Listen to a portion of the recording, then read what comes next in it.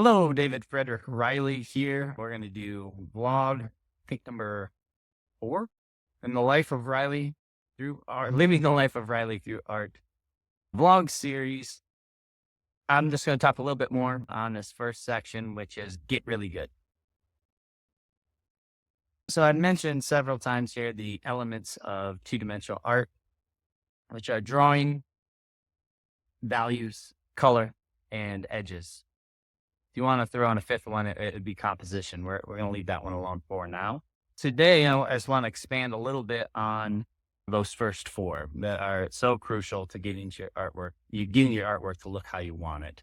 I think the main goal, especially in the beginning with your artwork, is can I paint it to look like I want it to look, how I intend it to look?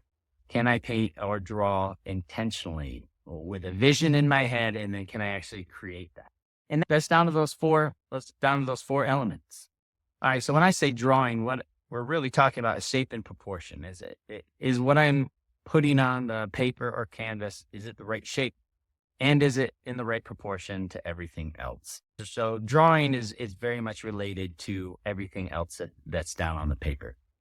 If we're talking about values or lights and darks and the infinite increments of change from light to dark, that it's good to learn. More importantly than every tiny little increment are the big blocks, the big, we'll call them families of lights and darks, are those in the right place. And value is definitely relational. And so you can have a high key painting or a low key painting, which means high value versus low value, light or dark. And it'll still look real, regardless of how light or how dark it is, because the values have to scale proportionately to what's around them. Values are very much about the relationships of the other values around it. Same for color. Color is also absolutely based on what's next to it. I'm sure you've seen the images where they take one color and surround it by orange, and they take that same color, surround it by blue, and the two colors don't look the same, yet it's the same color. So a lot of cool optical illusion tricks are created with color, because color and how we see it is dependent on what's around it. And then lastly is edges. So when we're talking about edges, we're talking about where one shape meets the end of another shape. So in this video right now, you can see the edge of my head and where it meets the fireplace around it. That's an edge. The line of my glasses compared to the skin on my forehead, that's an edge. So anytime two shapes meet each other, it creates an edge. When we talk about edges, we're going to talk about hard edges and soft edges, and how to make things look real with edges. When I was doing illustration, my edges were always hard edges, and it made things look flat. It doesn't make them look real. And when we see things in the natural world, it's very rare to see hard edges on something unless we're absolutely focused on it. So the best trick for edges that I learned the hard way is by painting for years and years with hard edges, and then maybe having a soft edge here or there, is I decided to flip that. So instead of 10% soft edges and 90% hard edges, I switched it. Everything was going to be soft. 90% soft edges, except for where I want people to concentrate and look. Those would be hard edges.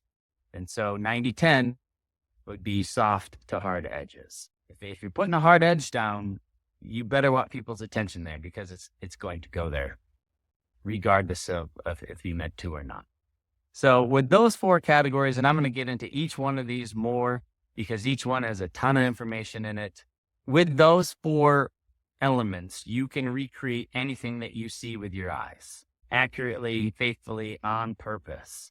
So probably the best book that breaks this down in the best way that I've read is Richard Schmidt's Alla Prima. This book is worth its weight in gold.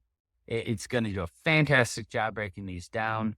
Study those 4 elements, get to know them, and then find someone who knows them better than you. This is key with things like values and edges and colors, and even drawing, I suppose, too.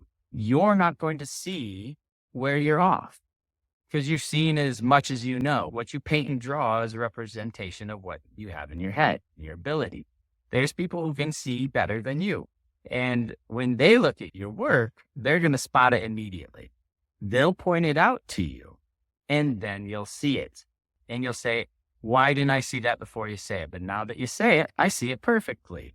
Yep, every time. This is why you get a mentor. This is why you work with someone who's better than you. Always do this. And for your whole life, seek these people out. You'll get to a point where they see things in your work that you miss and things in their work they miss. And so this is why as artists, it's good to not shut ourselves up into a hole, but to be a part of a group, a society, or at least just have one other person that you can go to and say, hey, how am I doing here? What does this look like? I promise you, they'll see things you've missed. So get Richard Schmidt's book, Alla Prima, study up on those 4 elements, know them inside and out as best you can, and then find someone who's going to find those holes in your vision and knowledge and help you get to the next level. There's always a next level. So drawing, value, color, edges. I'm going to do more on each one of these and give you some of my tips in each category. I'll do those in front of a painting where I can actually demonstrate some of this stuff and help get you to completing step number 1, which is get really good. Thanks.